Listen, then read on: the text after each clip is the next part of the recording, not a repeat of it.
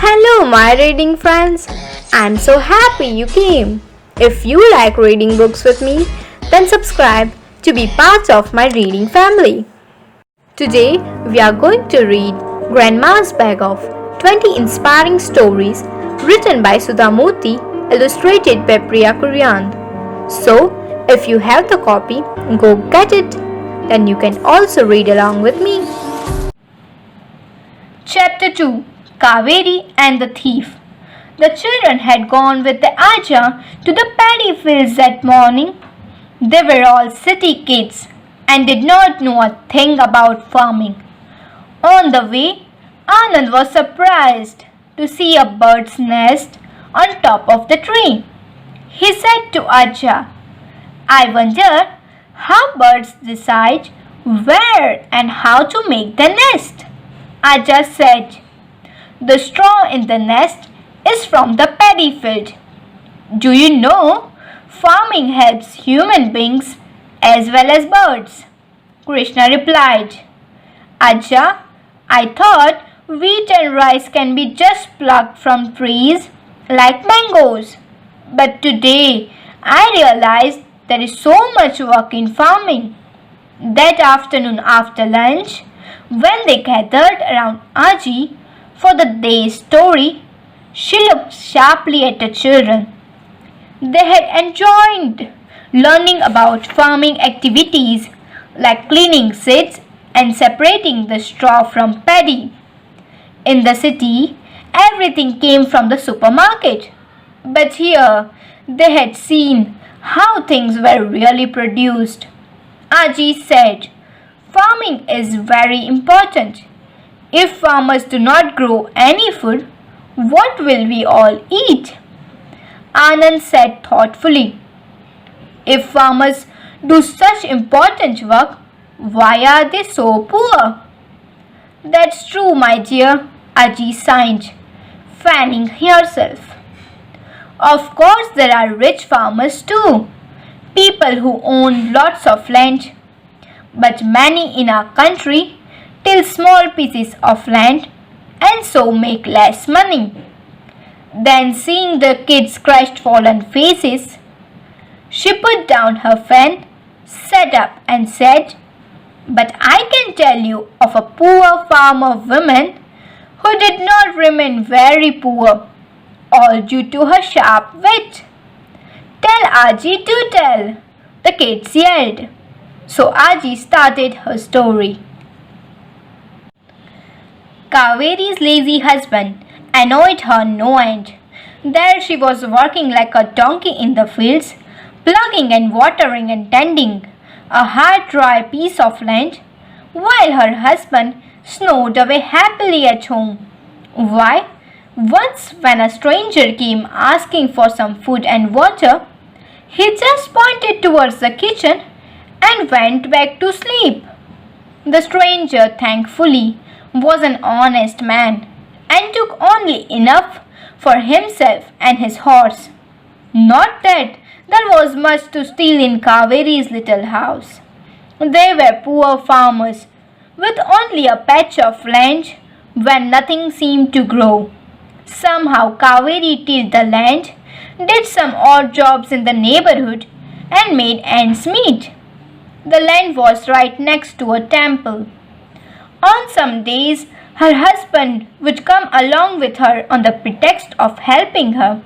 But no sooner would her back be turned than she would find him stretched out near the temple courtyard, gossiping with the passing villagers.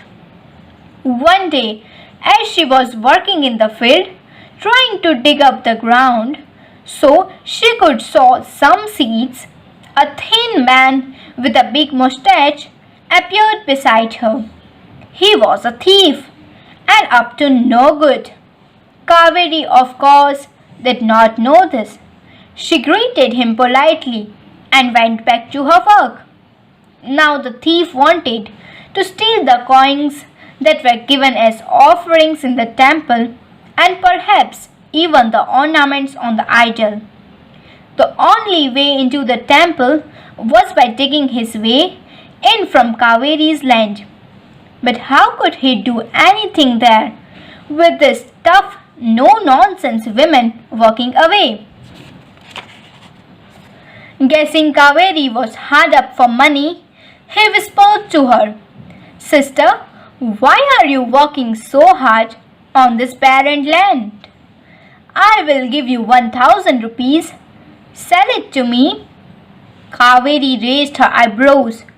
Why did he want to buy the land for so much money? Surely something was wrong.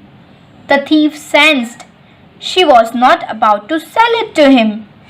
So he raised his price. 1,050. No. 2,000. No again. 5,000. No. Kaveri kept shaking her head. She did not like this odd-looking man who was offering her so much money for the field. Clearly, he had some evil plans. Finally, to keep him quiet, she made up a story. "I will never sell this land. You see, it belonged to my ancestors. Now we are poor, but I am told that once our family was very rich. Though we lost a lot of our money, much of it was also buried here in this field by one ancestor to keep it safe from robbers. Then people forgot about it for years and years. My husband found a clue to the location of the hidden treasure just a few days back. Why do you think I am digging this hard earth? Not to sow seeds. Oh no, that's just everyone thinks. I am actually looking for hidden treasure." The thief was stunned. He felt this woman was really innocent, giving such information to a stranger. He thought, why should I not take advantage of the situation? Here he was hoping to steal a few coins from the temple, and this woman was telling him about hidden treasure. He replied in a very humble way, "Yes, sister, I understand. After all, it is your family treasure. Only you should get it." He pretended to walk away and went and hid himself a little way down the road. Night fell. Kaveri packed up her tools and headed home.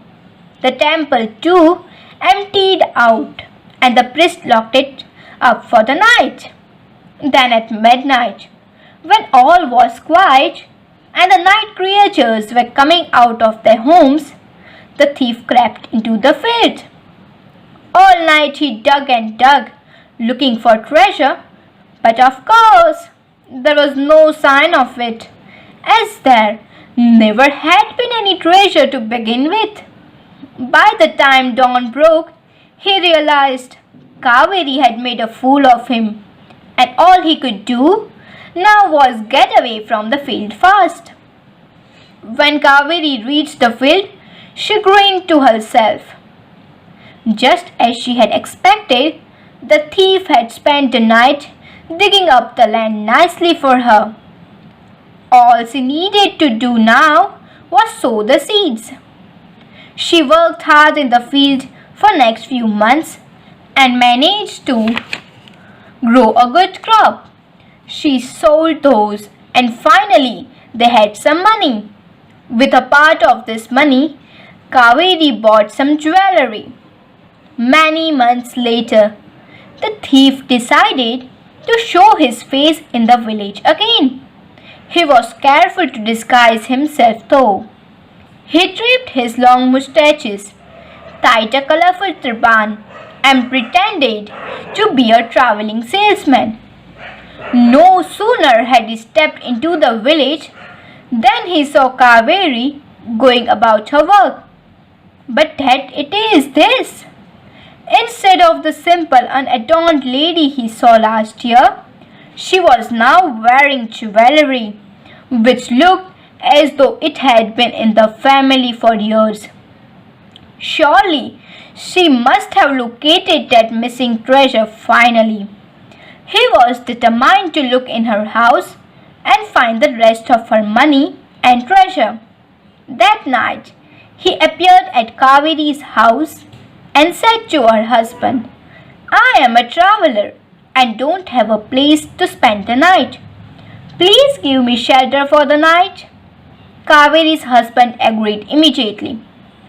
Kaveri, however, glimpsed a man from inside the house and saw through his disguise.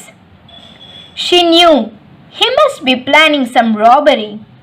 So she said in a loud voice, making sure the visitor heard her, "Oh dear, your dear aunt is all alone at night and has asked us to come and stay with her.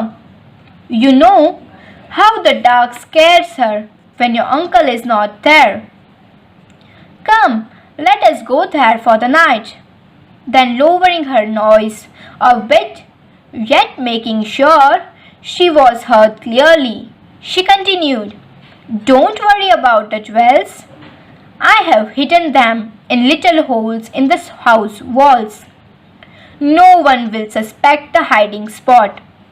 Then she came out and in her normal voice told the thief, "Brother, you can sleep in the veranda.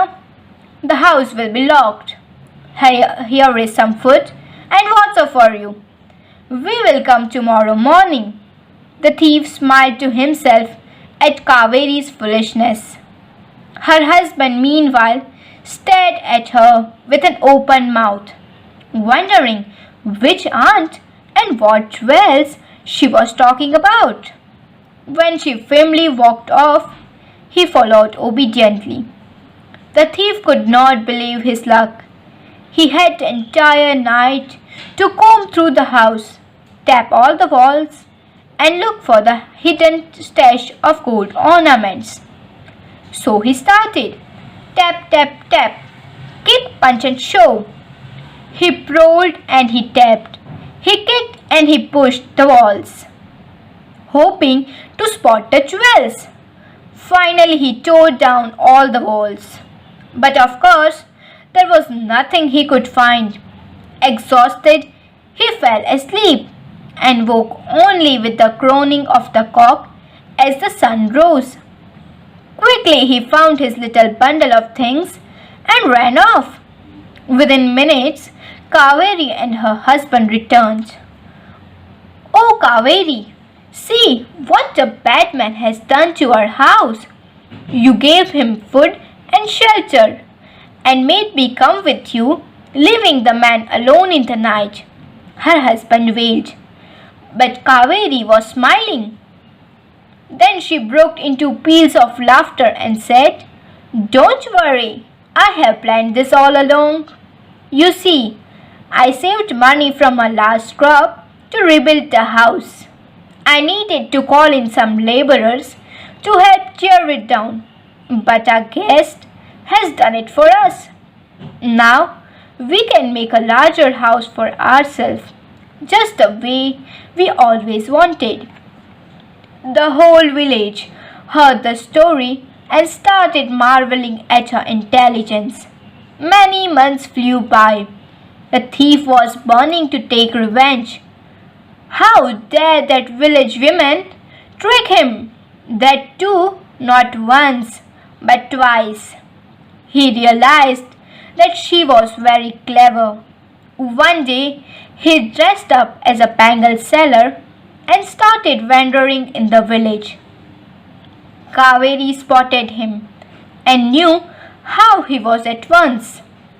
He said to her friends who were crowding around the bangle seller, "Oh dear, I would have loved to get some for myself. But ever since that good-for-nothing thief tried to steal all our money by tearing down our house, I have hidden everything in a little hole in a tree in the woods." "Which tree?" her friends asked. "Oh no, I am not saying which tree, but it is at last safe and sound in the forest." The thief looked at her.